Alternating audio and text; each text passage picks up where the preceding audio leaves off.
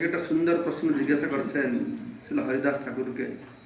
প্রথম প্রশ্নটি কি ছিল, কার মনে আছে? জবনদের উদ্ধার কি হবে?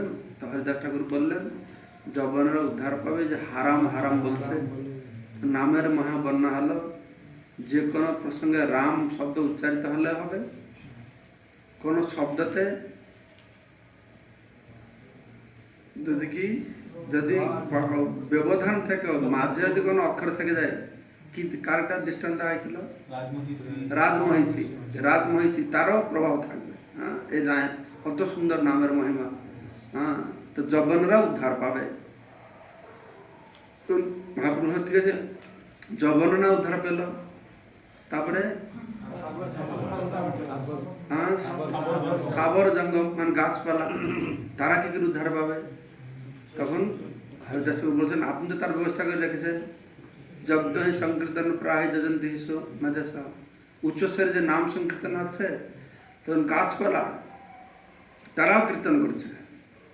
যে প্রতিধ্বনি শোনা যাচ্ছে, প্রতিধ্বনি ওরা ওদের কীর্তন, তো তাদেরও কল্যাণ আছে। তখন মহাপ্রভুকে জিজ্ঞেস করলো, তখন যবনেরা যাবে, ভক্তরা যাবে, গাছপালাও যাবে, আর তার সব যে চলে যাবে, তাহলে কি এখানে কি হবে? হরিদাস ঠাকুর কোনো চিন্তা নেই, যখন সব যারা প্রকট স্থাবর যেমন চলে যাবে, আর সূক্ষ্ম রূপে যে সমস্ত জীবরা স্থাবর শরীর ধারণ করবে।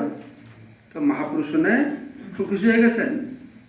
মহাপুরুষ তৈচ্ছে তুমি নবদ্বীপে করি অবতার, সকল ব্রহ্মাণ্ড জীবে করিলা নিস্তার। সমস্ত ব্রহ্মাণ্ডের জীবকে নিস্তার করছেন। আর বলছেন তোমার মহিমা কে বুঝতে পারে? যে বলছে যে আমি চৈতন্যের মহিমা জানে, সে যে বলছে বলুক, কিন্তু আমি বলছি তোমার যে মহিমা মহা অমৃতের সিন্ধু, তোমার লীলা মহা অমৃতের সিন্ধু, মোর মন গোচর নয় তার এক বিন্দু।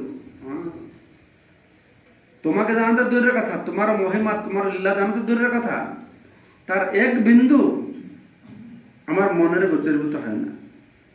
মহাপুরুষ শুনছেন, খুব খুশি হয়েছেন। এত শুনি প্রভুর মনে চমৎকার হইল, মোর গুঢ় লীলা হরিদাস কেমনে জানিল। হরিদাস তো তিনি চিন্তা করছেন আমার এই গুঢ় লীলা হরিদাস কিভাবে জানতে পারল। তো মহাপ্রভু চিন্তা করছেন তার উদ্দেশ্য, তার লক্ষ্য, তার পদ্ধতি সব কিছু হরিদাস বলছেন। তো মহাপ্রভু বলছেন আমার এই গুঢ় লীলা তুমি কি করে জানলো?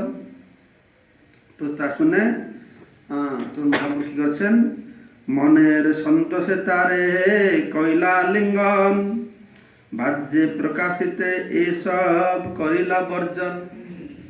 তো খুব খুশি হয়ে মহাপ্রভু হরিদাস আলিঙ্গন করেছেন, আর তাকে এই সমস্ত তত্ত্ব বাহিরে যেখানে সঙ্গে বলতে বারণ করেছেন। তো ভগবান চেষ্টা করছেন যেন এইসব মহিমা কেউ না জানে, আমারও মহিমা কেউ জানে না জানে। ঈশ্বর স্বভাব ঐশ্বর্য চাহে আচ্ছাদিতে। এটা হচ্ছে ভগবান ঈশ্বরের, পরমেশ্বর ভগবানের স্বভাবটা এরকম, তিনি তার ঐশ্বর্যকে লুকিয়ে রাখতে চান। ঈশ্বর স্বভাব ঐশ্বর্য চাহে আচ্ছাদিতে। সে যত চেষ্টা করলে কি হবে, নিজেকে আচ্ছাদন করে রাখতে। ভক্ত ঠাই লুকাইতে নারে হয়তো বিদিতে। সে ভক্তের কাছে লুকাতে পারে না। তো ভগবান কৃষ্ণ বলছেন নহং প্রকাশ সর্বস্ব যোগমায়া সমাবৃত। ভগবান যোগমায়া তাকে কি করছেন না ঢেকে রেখেছেন। নহং প্রকাশ সর্বস্ব যোগমায়া সমাবৃত। যোগমায়া দ্বারা তিনি নিজেকে আবৃত করে রেখেছেন, কিন্তু ভক্তের কাছে নিজেকে লুকিয়ে রাখতে পারবে না। সেজন্য বলা আছে ভক্তি এনম দর্শয়তি, শ্রুতিতে বলা আছে সে সবার কাছে লুকায়িত হয়ে থাকবে, কিন্তু ভক্তি যার হৃদয়ে ভক্তি থাকবে, প্রেমাঞ্জন ছুরিত ভক্তি বিলোচনে না সন্ত সদৈব হৃদয়েষু, প্রেমাঞ্জন ছুরিত তারা দেখতে পারবে। ভক্ত্যামাং অভিজানাতি, ভক্তি এনম দর্শয়তি, ভক্ত্যা একয়া গ্রাহ্যম। শুধু ভক্তি, কর্ম নয়, জ্ঞান নয়, যোগ নয়। তো ভক্তির অত প্রভাব, প্রেমের অত প্রভাব যে এই সর্বসমর্থ ভগবান সে নিজেকে লুকাতে যত চেষ্টা করলেও ভক্তের কাছে নিজেকে লুকাতে পারবে না। ভক্ত ঠাই লুকাইতে নারে হয়তো বিদিত, তার কাছে সব প্রকাশ হয়ে পড়ে। তো এইভাবে মহাপ্রভু হরিদাস ঠাকুর মহিমা বর্ণনা করবেন। সে কথা কৃষ্ণদাস কবিরাজ গোস্বামী হরিদাস ঠাকুর সম্পর্কে কয়েকটি লীলা বর্ণনা করবেন। তা আগে তো চৈতন্য ভাগবতে বিস্তৃতভাবে বর্ণনা করা আছে। চৈতন্য ভাগবতে আগের নাম ছিল চৈতন্য মঙ্গল। তো বিশ্বনাথ চক্রবর্তীপাদ যে যে লীলাগুলো সেখানে প্রকাশ হয় না, সে কয়েকটি লীলা এখন আমরা শ্রবণ করব। বলো। উল্লঙ্ঘিত ত্রিবিধ সীম সমাতিশায়ী সম্ভাবনং তব পরিপূর্ণীম স্বভাবম মায়া বলেন ভবতাপি নিগুহ্যমানম পশ্যন্তি কেচিদ নিশম তদনন্য ভাবঃ। হে ভগবান, সমস্ত জড়বস্তুই দেশ, কাল ও চিন্তা এই তিনটি সীমার দ্বারা আবদ্ধ, কিন্তু তবুও তোমার অসীম এবং অনতিক্রম বৈশিষ্ট্যের দ্বারা তুমি নিজ শক্তির দ্বারা আচ্ছাদন করো, কিন্তু তবুও তোমার অনন্য ভক্তেরা সর্বদা তোমাকে দর্শন করতে সমর্থ। তুমি নিজ শক্তির দ্বারা আচ্ছাদন করো। কোন শক্তি দ্বারা নিজেকে আচ্ছাদন করেছেন? নাম প্রকাশ সর্বস্ব যোগম, এটা নিজ শক্তি, তার স্বরূপ শক্তি, তার অন্তরঙ্গা শক্তি যিনি আচ্ছাদন করে রাখছেন। কিন্তু ভক্তদের কাছে তিনি আচ্ছাদন করে রাখতে পারেন না। অজ পিসন অব্যাত্মা ভূতানাম ঈশ্বর পিসন প্রকৃতি সংগতিষ্ঠায় সম্ভবামি আত্মমায়াস। এখানে বলা আছে কি নাম প্রকাশ সর্ব যোগমায়া সমাবেতম, যোগমায়া তো ঢেকে রেখেছি। আর ওই শ্লোকে বলা আছে সম্ভবামি আত্মমায়া, আত্মমায়া মানে যোগমায়া, নিজের শক্তি দ্বারা তিনি প্রকাশ করেছেন। তবে মহাপ্রভু নিজ লাগবে, ফ্যান লাগবে না, গরম লাগবে তো ফ্যান চালা। তবে মহাপ্রভু নিজ ভক্ত পাশে যাইয়া হরিদাসের গুণ কহে শতমুখ হইয়া। তখন মহাপ্রভু তার অন্তরঙ্গ ভক্তদের কাছে গিয়ে শতমুখে হরিদাস ঠাকুরের গুণগান করলেন।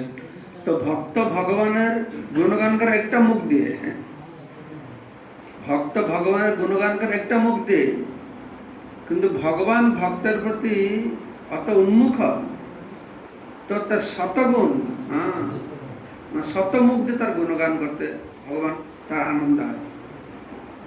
ভক্তের যেরকম আনন্দ ভগবানের মহিমা গান করে, ভগবানের আনন্দ সে ভক্তের মহিমা গুণগান করে।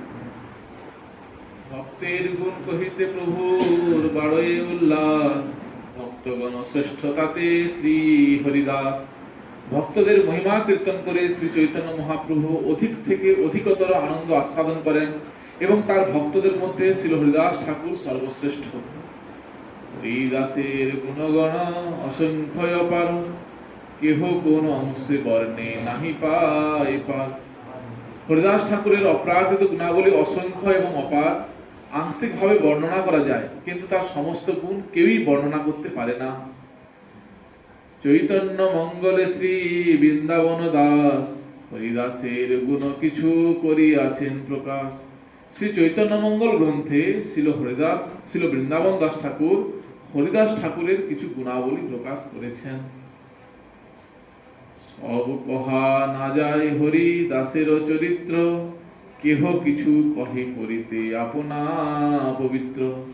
হরিদাস ঠাকুরের চরিত্রের সমস্ত গুণাবলী বর্ণনা করা সম্ভব নয়। নিজেদের পবিত্র করার জন্য কেউ কেউ তার কোনো অংশ কীর্তন করেন। বৃন্দাবন দাস যাহা না কইল বর্ণন, হরিদাসের গুণ কিছু শুনো ভক্তগণ। হে শ্রী চৈতন্য মহাপ্রভু ভক্তগণ, হরিদাস ত্যাগের গুণাবলী যা ছিল বৃন্দাবন দাস ঠাকুর বিস্তারিতভাবে বর্ণনা করেননি, তা দয়া করে শ্রবণ করুন। হরিদাস যবে নিজ গৃহ ত্যাগ কইলা, বেনাপোলের বন মধ্যে কতদিন রহিলা। গৃহত্যাগ করার পর হরিদাস ঠাকুর কিছুদিন বেনাপোলের বনে বাস করেছিলেন। হরিদাস ঠাকুর জন্মস্থান কোথায়? বুড়ন গ্রাম। কে বলছে উনি মুসলমান ছেলে, কেউ যেন ব্রাহ্মণের ঘরে ছেলে মুসলমানকে পালন করেছিল, তো এবার বিভিন্ন কথা বলা আছে। তো দেখ উনি গৃহ ত্যাগ করে বেনাপোলে এসেছেন। বেনাপোল কারা গিয়েছ, কারা কারা দর্শন করেছে? বেনাপোল গিয়েছ বাংলাদেশে? এই যে হরিদাসপুর আছে না, ঠিক ওপারে, বর্ডারের ওপারে বেনাপোল আছে। ওখানে দেখেন অদ্বৈত আচার্য গিয়েছিলেন, একটা লাঠি পুঁতিয়েছিলেন, সে গাছ আছে এখন, গাছটা আছে। তো সেখানে কিভাবে তার প্রতি ঈর্ষান্বিত হয় রামচন্দ্র খান তার কাছে বেশ্যা প্রেরণা করেছিল, কিন্তু বেশ্যাকেও সে ভক্ত বানালো। সেটা প্রভুপাদ বলছেন যে মহাযোগী 60,000 বছর যোগ করলো জলের মধ্যে বসে, কে? সৌভরি মুনি। কিন্তু দুটো মাছের সঙ্গম দেখে তার পরিবর্তন হয়ে গেল। কিন্তু এখানে হরিদাস ঠাকুর ভক্ত ছিলেন, বেশ্যা আসলো, বেশ্যাকে ভক্ত করলেন। আর কাকে ভক্ত করেছেন? মায়াদেবী স্বয়ং এসেছে, এটা কোথাও বর্ণনা আছে, আমি শুনেছি একদম মহারাজের মুখ। তো মায়াদেবীকে ভক্ত করেছে। তো ভক্ত, যোগী, জ্ঞানী কর্মের মধ্যে এটা পার্থক্য। তো সেই দিন আমরা শ্রবণ করব। বলো। নির্জন বনে কুটির করি তুলসী সেবন, রাত্রি দিনে 3 লক্ষ নাম সংকীর্তন।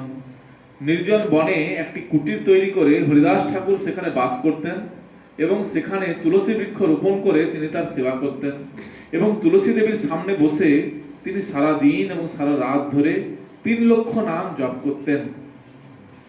তো প্রভুপাদ বলছেন যে হরিদাস ঠাকুর 3 লক্ষ নাম জপ করতেন। তো আমার 3 লক্ষ নাম জপ করা ভালো না খারাপ? ভালো, কিন্তু আমরা পারবো না, তিনি নাম জপ করতে পারবো না। তো সেই জন্য 25 মালা করতে প্রভুপাদ বলছেন। তারপরে সেই জন্য তো 16 মালা করো, অন্ততপক্ষে 16 মালা জপ করো। প্রতিদিন 16 মালা জপ করতে খুব একটা সময় লাগে না। দুটো জিনিস করতে হবে, 16 মালা জপ করতে হবে আর তুলসী দেবীকে শ্রদ্ধা নিবেদন করতে হবে।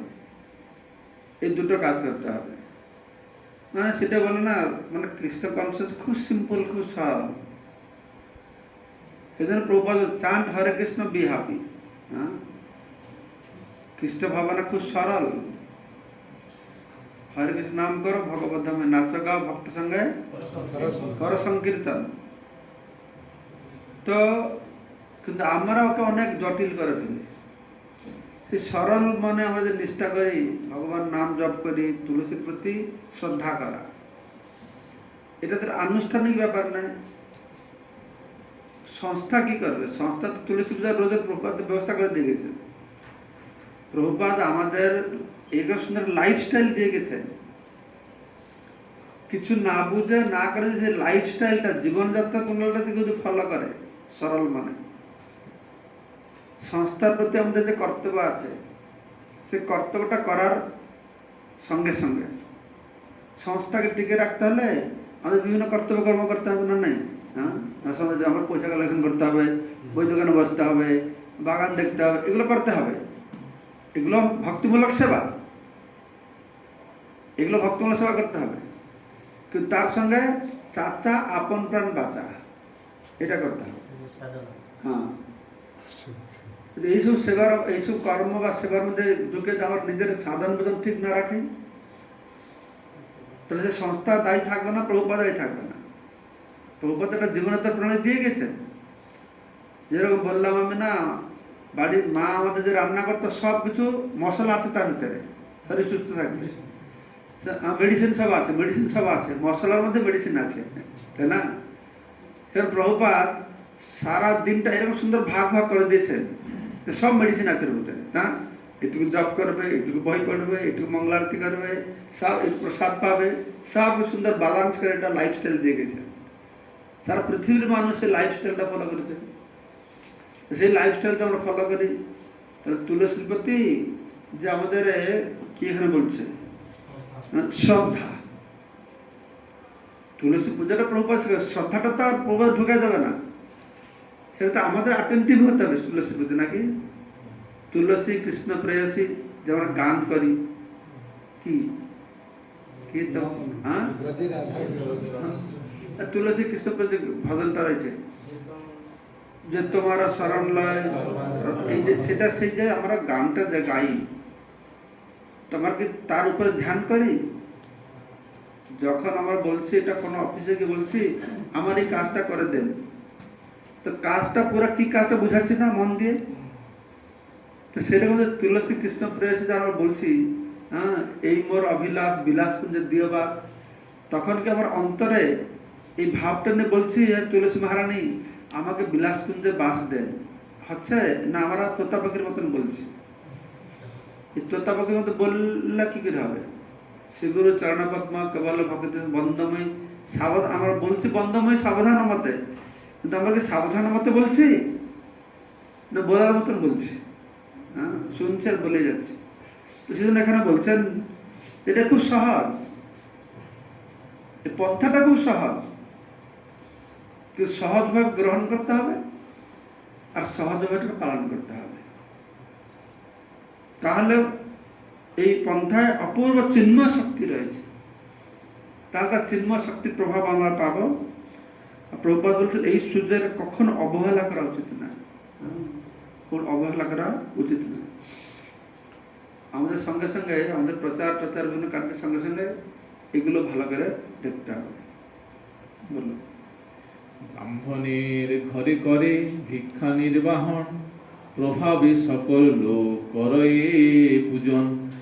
তিনি ব্রাহ্মণের ঘরে ভিক্ষা করে জীবিকা নির্বাহ করতেন এবং তার প্রভাব দর্শন করে সকলে তার পূজা করত। তো ব্রাহ্মণ ঘরে কেন? মহাপ্রভু শুধু ব্রাহ্মণ ঘরে খেতেন না, অন্য ঘরে খেতেন না।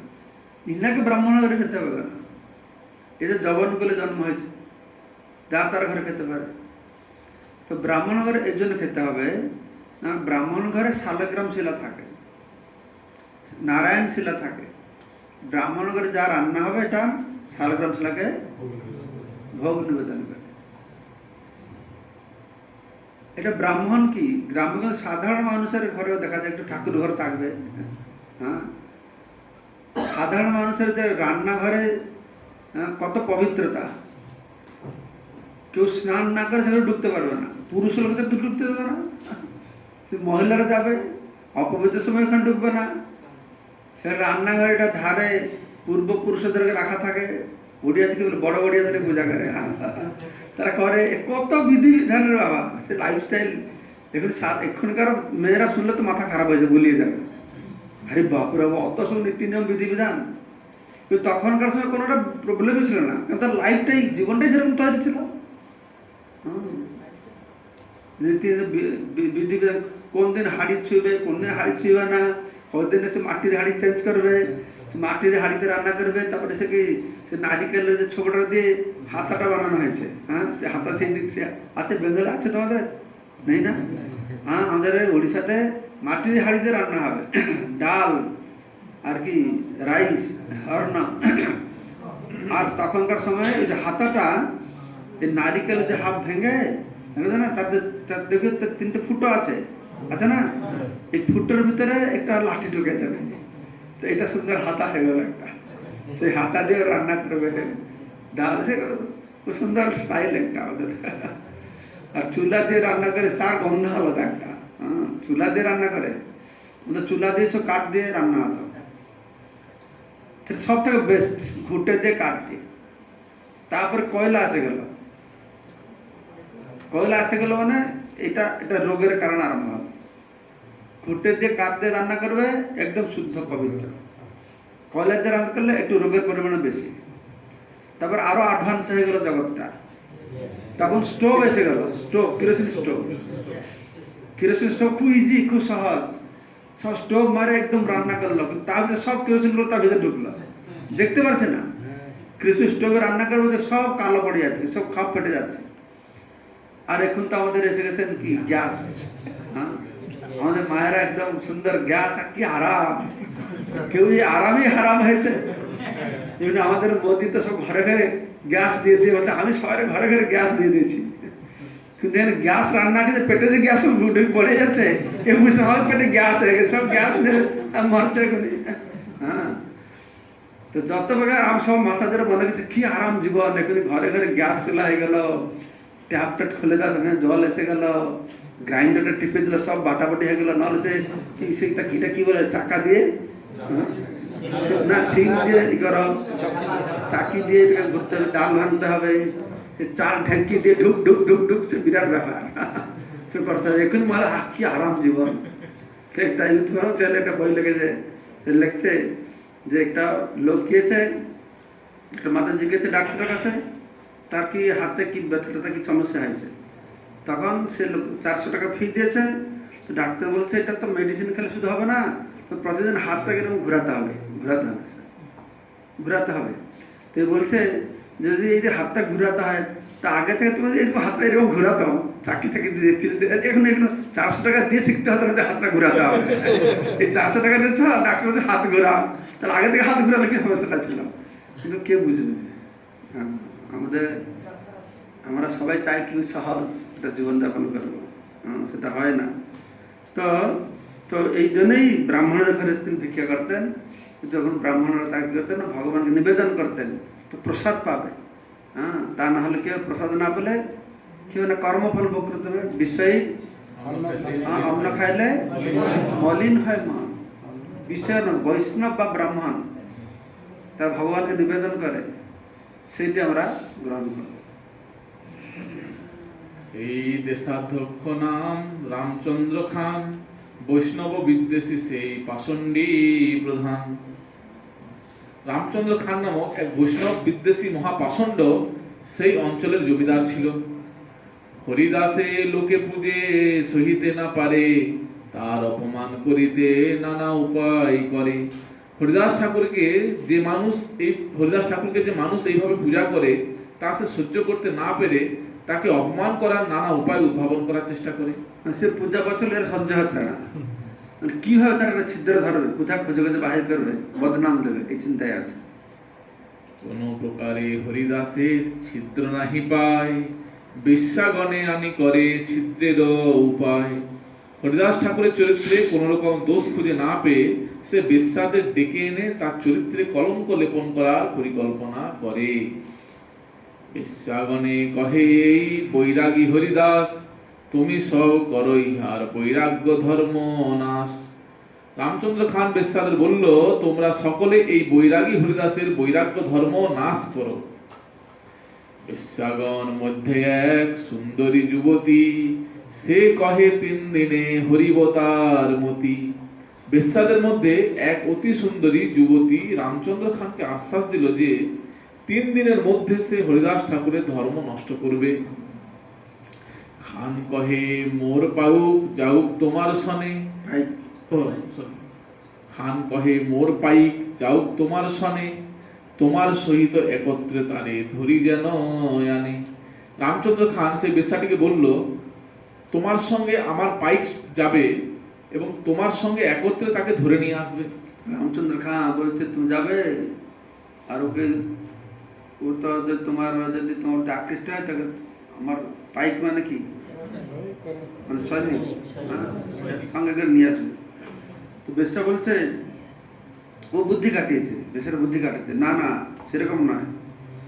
বেশ্যা কহে মোর সঙ্গ হোক একবার, আজকে আমি যাব, একবার মোর সঙ্গ করার পরে দ্বিতীয়বারে ধরিতে পাইক লইমু তোমার, তারপর যখন যাবো তুমি পাইককে নিয়ে যাবো। রাত্রিকালে সেই বেশ্যা সুবেশ ধরিয়া হরিদাসের বাসায় গেল উল্লসিত হইয়া। তো ভালো করে সাজিয়ে গেছে, তো বেশ্যা গিয়েছে হরিদাস ঠাকুর কাছে, কিন্তু অন্তত পক্ষে গিয়েই তুলসীকে নমস্কার করেছে। হ্যাঁ, তুলসী নমস্কারী হরিদাসের দ্বারে যাইয়া যাইয়া গোসাই রে নমস্কারী রহিলা দণ্ডাইয়া। বলছিল না, ভারতে জন্মলাভ করলে যত পতিত হও না কেন, তোমাকে ভগবত ফিরে যেতেই হবে, তাই না? এই বেশ্যা গেছে পতিত হতে করতে গিয়েছে, তবুও সিস্টেম আছে না, তুলসীকে প্রণাম করতে হবে, সাধের প্রণাম করতে হবে। তো অর্থাৎ একটা কুবুদ্ধি নিয়ে গেছে, কিন্তু আমাদের সংস্কার রয়েছে, পদ্ধতি রয়েছে, তুলসীগুলো প্রণাম করবে, প্রণাম করেছে। তুলসী নমস্কারী হরিদাসের দ্বারে যায়া গোসাইরে নমস্কারী রহিলা দাঁড়ায়। অঙ্গ ঘাড়িয়া দেখিয়া অঙ্গ ঘাড়িয়া দেখাই বসিলা দুয়ারে, কহিতে লাগিলা কিছু সুমধুর স্বরে। হ্যাঁ, গা থেকে অঙ্গভঙ্গি করে বা অঙ্গর থেকে বস্ত্র খুলে দিয়ে উন্মোচন করে খুব সুন্দর বলছে। এই গানটা আমাদের ঠাকুর হরিদাস নাটক ছিল, ওই নাটকে ছিল একটা সুন্দর সুরে প্রবীর কৃষ্ণ গাইত। ঠাকুর তুমি পরম সুন্দর প্রথম যৌবন, তোমা দেখি কোন নারী ধরতে পারে মন, ঠাকুর ধরতে পারে মন। এইটা মনে আছে? তারপরে তোমার সঙ্গে আরো চড়াতে, তোমার সঙ্গম লাগি লুব্ধ মোর মন, তোমা না পাইলে প্রাণ না যায় ধারণ। তো এই বেশ্যা বলছে, ঠাকুর তুমি পরম সুন্দর, তোমার দেহে যৌবনের উন্মেষ হয়েছে, তোমাকে দেখে কোন নারী স্থির থাকতে পারে? তোমার সঙ্গম সুখ উপভোগ করার জন্য আমার অন্তর লালায়িত, তোমার সঙ্গম লাগি লুব্ধ মোর মন, তোমাকে না পেলে আমি আমার প্রাণ ধারণ করতে পারবো না। প্রথমত লোভনীয় কথা বললো, তুমি কত সুন্দর, তোমার যৌবন, তোমাকে দেখে কোন নারী স্থির হয়ে থাকতে পারে, তোমার সঙ্গম সুখ করবার জন্য আমার লালায়িত হয়েছি। শেষে কি বললো, তোমাকে না পেলে আমি প্রাণ ধারণ করতে পারবো না। তো হরিদাস ঠাকুর চিন্তা করছেন, আমার বিচারা আমাকে না পেলে প্রাণ থাকবে, প্রাণ হারিয়ে যাবে। তো হরিদাস ঠাকুর কি বলছেন, হরিদাস কহে তোমা করিমু অঙ্গীকার, কোনো চিন্তা নেই, তুমি এখানে বসে থাকো, অবশ্যই নিশ্চয় তোমাকে আমি অঙ্গীকার করব, অঙ্গীকার করব। সংখ্যা নাম সমাপ্তি যাবৎ না হয় আমার, তাবৎ তুমি বসে শুন নাম সংকীর্তন, নাম সমাপ্তি হইলে করিও মুখ তোমার, করিব যে তোমার মন। তো যে পর্যন্ত আমার নাম গ্রহণ সমাপ্ত না হয়েছে সে পর্যন্ত তুমি বসে আমার নাম সংকীর্তন শ্রবণ করো, তারপর নাম সমাপ্ত হলে আমি তোমার মনোবাসনা পূর্ণ করব। এই নাটকে ছিল দুটো ব্রাহ্মণ, ও ব্রাহ্মণদের বলে দিয়েছে, তো তার আগে লুকিয়ে দেখবে কি করছে। ঠিক আছে, তো তখন ই বলবে যে কোনো চিন্তা নেই, তুমি বসো বসো, তোমার বাসনা পূর্ণ করবো। ব্রাহ্মণরা দেখেছ কি বলছে, দেখেছ সাধু কি করছে, সে খুব খুশি হচ্ছে, দেখো সাধু কথা দিয়ে দিয়েছে, তার এই পোর্শনটি বুঝবে না, তো তারা তো সাধুর নিন্দা বন্ধ করবে, তারা খুশি সাধুর গিয়েছে, মান গিয়েছে। কিন্তু হরিদাস ঠাকুর কেন তাকে বলেছেন না, এই কথা কেন বসে ও হরিনাম শ্রবণ করো। হরিনাম প্রভাবটা কি হরিদাস ঠাকুর ছাড়া কি জানে বেশি। এত শুনি সেই বেশ্যা বসিয়া রহিলা, কীর্তন করে হরিদাস প্রাতকাল হইলা। তো হরিদাস ঠাকুর সারা রাত বসে বসে জপ করছেন, সকাল হয়ে গেছে। আর বেশ্যা কি করবো, কান তো বন্ধ করে বসবে না, কান তো খোলা রেখে বসতে হবে না। তো সে সারা রাত হরিনাম শুনছে। প্রাতকাল দেখি বেশ্যা উঠিয়া চলিলাম, সব সমাচার যাই খানের কহিলাম। তো ভরত দেখে বেশ্যাটি সেখান থেকে উঠে চলে গেল, আর রামচন্দ্র খাঁকে সব বলল। তো বলছে, আজি আমার অঙ্গীকার করিয়াছে বচনে, আজকে কথায় কথায় আমাকে অঙ্গীকার করেছে, না বচনে অঙ্গীকার করেছে। আজ হরিদাস ঠাকুর আমাকে গ্রহণ করতে অঙ্গীকার করেছেন, অর্থাৎ কথা অঙ্গীকার করে দিয়েছে। তুমি বসো, অপেক্ষা করো, কালই অবশ্য তাহার সঙ্গে হইবে সঙ্গম, কাল নিশ্চয়ই তার সঙ্গে আমার সঙ্গম, সে আমার কথা দিয়েছে, আগামীকালকে হবে। আর দিন রাত্রি হইলাম, বেশ্যা আইল, হরিদাস তারে বহু আশ্বাস করিল। তো আরেকদিন পরের রাতের বেশ্যাটা এসেছে, তো সেদিনও হরিদাস ঠাকুর খুব আশ্বাস দিয়েছেন। আশ্বাস দিয়ে কি বলছে শোনা, বলছেন, কালি দুঃখ পাইলা, কালকে তো তোমার ইচ্ছাটা পূর্ণ হলো না, তুমি খুব দুঃখ পেয়েছ। আবার কি বলছেন, অপরাধ নলইব মোর, আমার অপরাধ নেবে না, তোমার বাসনা আমি পূর্ণ করতে পারি না, এটা বিরাট একটা অপরাধ নাকি? হ্যাঁ, তোমার অপরাধ হয়ে গেল, তুমি এই অপরাধ নেবে না, অবশ্য কর্ম আমি তোমায় অঙ্গীকার। মানে কিরকম ধৈর্য থাকলে এরকম করা যায়, তো আমি অবশ্যই তোমাকে অঙ্গীকার করব। তো তাবৎ ইহা বসি শুন নাম সংকীর্তন, ততক্ষণ ধর হরিনাম শুনে বসে বসে করে। তাবৎ ইহা বসি শুন নাম সংকীর্তন, নাম পূর্ণ হইলে পূর্ণ হবে তোমার মন। নাম পূর্ণ হলে তোমার মনস্কামনা পূর্ণ হবে। তখন তুলসীরে তাকে বেশ্যা নমস্কার করি, দ্বারে বসে নাম শুনে বলে হরি হরি। তো সে বেশ্যা কি করলো, আবার সে তুলসীকে প্রণাম করলো। হরিদাস ঠাকুর প্রণাম করে, সে হরিদাস ঠাকুর তো হরে কৃষ্ণ মহামন্ত্র কীর্তন শুনছে, শুনে শুনে সে ক্ষণ ক্ষণ হরি হরি হরি হরি তার ওকে ভাইরাস ধরে দিয়েছে আজকে, ওর মধ্যে ভাইরাসটা ঢুকেছে আজকে। রাত্রি শেষ হইল বেশ্যা, রাত্রি শেষ হইল বেশ্যা উসি মিশি করে। যদি রাত শেষ হয়ে গেছে, যে কাজে এসছে কাজটা তো হচ্ছে না, তো এইভাবে রাত্র শেষ হতে তো বেশ্যা অস্থির হয়ে উঠেছে।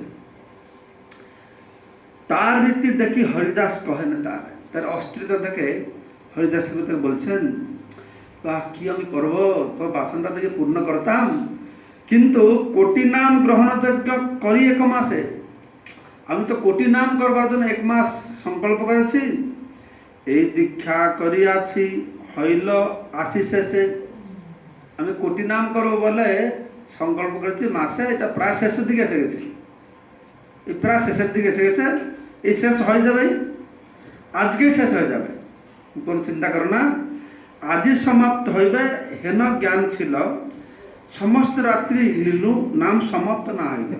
আমি ভাবলাম যে আজকে শেষ হয়ে যাবে, তোমার বাসনা পূর্ণ হবে, তো আজকে সারা রাত আমি জব কোনো শেষ তো হয় না।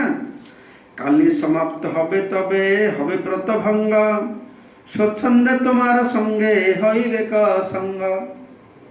কাল অবশ্যই আমার সেই ব্রত সমাপ্ত হবে, কোটি নাম জপ সমাপ্ত হবে, তো স্বচ্ছন্দে আমি তোমার সঙ্গ উপভোগ করব। বেশ্যা গিয়া সমাচার খানেরে কহিল, আর দিন সন্ধ্যা হইতে ঠাকুর ঠাই আইল। না আজকে তো পুরো কথা দিয়ে দিয়েছে বেশ্যাকে, কি রামচন্দ্র খানকে বলে দিয়েছে। তারপরে তো সন্ধ্যাবেলা আবার হরিদাস ঠাকুরের কাছে এসেছে, আবার সেই রকম তুলসীকে ঠাকুরকে নমস্কার করে, তুলসী দেবীকে আর হরিদাস ঠাকুর নমস্কার করেছেন। দ্বারে বসি নাম শুনে বলে হরি হরি, মহামন্ত্র শুনছে, মাঝে মাঝে হরি হরি বলছে।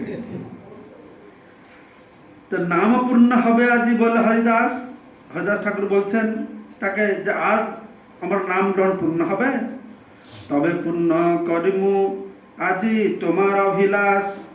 তারপর আজকে তোমার অভিলাষ আমি পূর্ণ করবো, কিন্তু আজকে তুমি ফাইনাল কথা দিয়ে দিয়েছেন হরিদাস।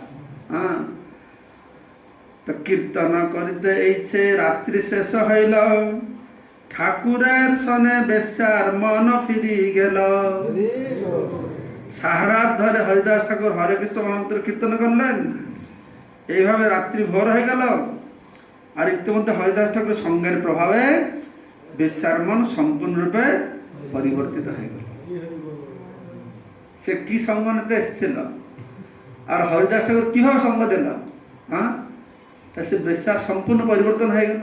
এই হচ্ছে সাধু সঙ্গ, নাকি আমি বলছি না, সাধু সঙ্গ, সাধু সঙ্গ, এই সঙ্গ, তার সে কি সঙ্গ, তার সঙ্গের তার যে প্রবণতা, তার চিন্তাধারা, আর হরিদাস ঠাকুর তাকে যথার্থ সঙ্গ প্রদান করেছেন, প্রদান করে সম্পূর্ণ পরিবর্তন করেছেন।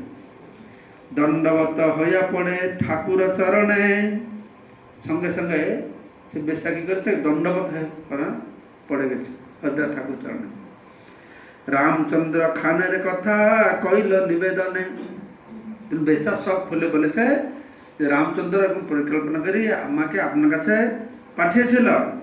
হ্যাঁ, বেশ্যা হয়ে মুই পাপ করিয়াছে অপার, কৃপা করি করম অধমে নিস্তার। তো সে বলল, এই বেশ্যাবৃত্তি অবলম্বন করে আমি অসংখ্য পাপ করেছি, হে প্রভু কৃপা করে এই অধমকে তুমি নিস্তার করো। বেশ্যার মনের সম্পূর্ণ পরিবর্তন এসে গেল।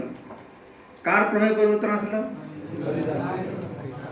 ভক্ত সঙ্গের প্রভাবে, নামের প্রভাবে, আর তুলসীর প্রভাবে। সেটা প্রভুপাদ তুলসীর খুব গ্লোরিফিকেশন করেছেন। তুলসীর মধ্যে কত শক্তি আছে। এই জন্য ভক্ত বহু বছর আগে সেমিনার দিয়েছিলেন, বলছে ভগবান এই জগতে দুটো শুদ্ধ ভক্ত রেখে দিয়ে গেছে। আমার তো বলো মহান ভক্ত, বাইরে মহান, ভিতরে কি আছে কে জানে? কেউ জানে না কে ভক্ত কে ভক্ত। দুটো শুদ্ধ ভক্ত রেখেছেন, গঙ্গা আর তুলসী। জগৎকে উদ্ধার। গঙ্গায় যে স্নান করবে, যে তুলসীর প্রতি শ্রদ্ধা করবে, সে উদ্ধার পাবে। আচ্ছা, ঠাকুর কহে তখন বলছে, বেশ্যা বলছে এরকম, তখন ভরদাস ঠাকুর বলছেন, ঠাকুর কহে খানের কথা সব আমি জানি, অজ্ঞ মূর্খ সেই তারে দুঃখ নাহি মানি। এই মূর্খ রামচন্দ্র খানের চক্রান্তের কথা সব আমি জানি, কিন্তু জানলে এ তো মূর্খ, এ তো অজ্ঞ মূর্খ। সেজন্য তার কাজে আমি দুঃখিত নাই। মূর্খ লোক কি করবে বিচারা? তার কাজে আমি দুঃখ পাই না। আসলে সেই দিন যাইতাম এই স্থান ছাড়িয়া। আমি জানি যেই দিন তোমাকে রামচন্দ্র খান পরিকল্পনা করে পাঠিয়েছে, সেই দিন জায়গা ছেড়ে চলে যেতাম। আমি কেন থাকলাম? 3 দিন রইলাম তোমার নিস্তার লাগিয়া, তোমাকে উদ্ধার করবার জন্য 3 দিন এখানে থাকলাম। সেই দিন আমি চলে যেতাম।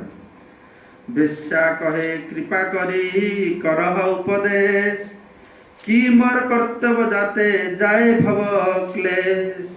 বেশ্যা তাকে বলছে যে আমাকে আপনার শিষ্যত্ব বরণ করে দয়া করে আপনাকে উপদেশ করুন, কিভাবে এই জড় জগতের দুঃখ দুর্দশা থেকে আমি মুক্ত হতে পারি। ঠাকুর কহে ঘরের দ্রব্য ব্রাহ্মণে কর দান, এই ঘরে আসি তুমি করহ বিশ্রাম। তো যাতে ঘর ধন সম্পদ বেশ্যাবৃত্তি করে জুটিয়েছ, সব আগে ব্রাহ্মণকে দিয়ে আসো। তুমি এই ধন চাও, ওই ধনকে ত্যাগ করো। সনাতন গোস্বামী বলেছিল না, একটা লোককে এসেছিল না সনাতন গোস্বামীর কাছে, তোমার কাছে ভালো ধন আছে, শিব নাকি বলেছেন। সনাতন ঠাকুর বলছে, পরশমণি এই ডস্টবিনে পড়ে আছে, ডস্টবিনে পড়ে আছে। তো ডস্টবিনে দেখছে স্পর্শ করে সত্যিই লোহাটা সোনা হয়ে গেছে। তো তার কাছে মনে চিন্তা করে, আরে এই পরশমণিকে যদি ডস্টবিনে ফেলেছে, তাহলে এর ভিতরে কি ধন দূর করে লেগেছে, ওইটা লাগবে আমার। তা আবার ফিরে এসছে। তো বলছে, তাহলে তোমার কাছে আরো কিছু ভালো ধন আছে, তুমি পরশমণিকে ডস্টবিনে ফেলে দিয়েছ, ওই ধনটা আমার লাগবে।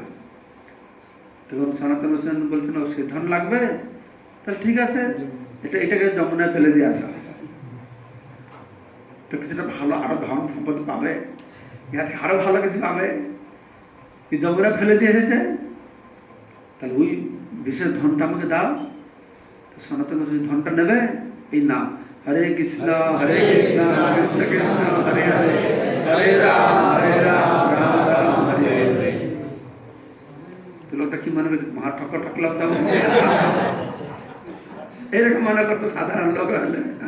আরে আমি ইচ্ছাটা এই হরে কৃষ্ণ দিল, এর মধ্যে কি আছে?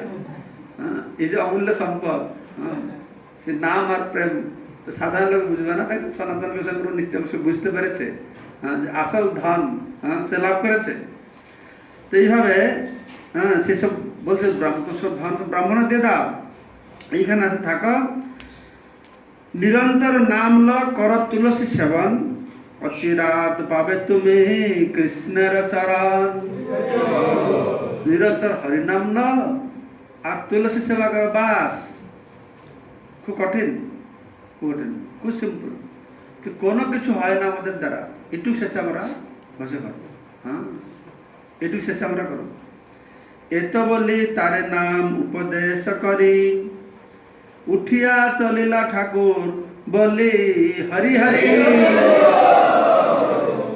এই বলে সেই বেশ্যাটিকে হরে কৃষ্ণ মহামন্ত্র কীর্তন করার উপদেশ দিয়ে হরিদাস ঠাকুর হরিনাম করতে করতে সেখান থেকে চলে গেল। তবে সেই বেশ্যা গুরুর আজ্ঞা লইল, গৃহবৃত্ত যেবা ছিল ব্রাহ্মণের দিল। কারণ সে বেশ্যাটি তার গুরুদেবের নির্দেশ অনুসারে তার গৃহের যা কিছু ছিল তার সব কিছু ব্রাহ্মণদের দান করল। তারপরে মাথা মুড়ি এক বস্ত্রে রহিল সেই ঘরে, রাত্রি দিনে 3 লক্ষ নাম গ্রহণ করে, মাথা মুন্ডন করে সেই ঘরে এক বস্ত্রে দিন রাত 3 লক্ষ নাম করতে লাগলো। তুলসী সেবন করে চর্বণ উপবাস, ইন্দ্রিয় দমন হইল প্রেমের প্রকাশ। তো হরিনাম করলো, তুলসী সেবা করলো, আর কোনোদিন কিছু চাল টাল পেলে চাওয়ালো, আর না পেলে উপবাস করলো। এইভাবে তার ইন্দ্রিয়কে দমন করলো। ইন্দ্রিয়ের বেগকে দমন করে তার মধ্যে কি হলো, সে কাম ভাব লুপ্ত হইল প্রেমের প্রকাশ। ইন্দ্রিয় দমন হইল প্রেমের প্রকাশ, প্রসিদ্ধা বৈষ্ণব হইল পরম মহান্তি। বড় বড় বৈষ্ণব তার দর্শনাতে জানতি। জানতি মানে ওড়িয়া জানতি মানে যা বড় বড় বৈষ্ণব তাকে দর্শন করতে যায়। সে প্রসিদ্ধা বৈষ্ণব পরম মহান্তি, মহান্ত মহান্তি পরম মহান্ত হয়ে গেছে। তো বড় বড় বৈষ্ণব তাকে দর্শন করতে গেছে। বেশ্যার চরিত্র দেখি লোকে চমৎকার, হরিদাসের মহিমা কহে করি নমস্কার। তো সে সব চমৎকার হয়ে গেছে, তো হরিদাসের মহিমা প্রকাশ করছে। তো আজকে এখনই সময় হয়ে গেছে, 8:12 হয়ে গেছে, দেরি হলে প্রসাদ পাবেন আবার সেখানে। তো এইটা তো হয়ে গেল বেশ্যার অবস্থা। তো রামচন্দ্র খাঁর কি অবস্থা হলো সেটা আগামীকালকে আমরা শ্রবণ করব।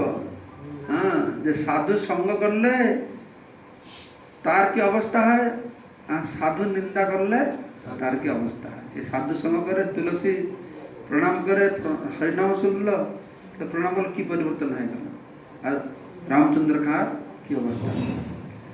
এইখানে রহিল গ্রন্থ বদন বরিয়া সবে বল হরি হরি বল। জয় শ্রী চৈতন্য চরিতামৃত কি জয়, শ্রী শ্রীমদ্ ভক্তি পুরুষোত্তম সাই মহারাজ কি।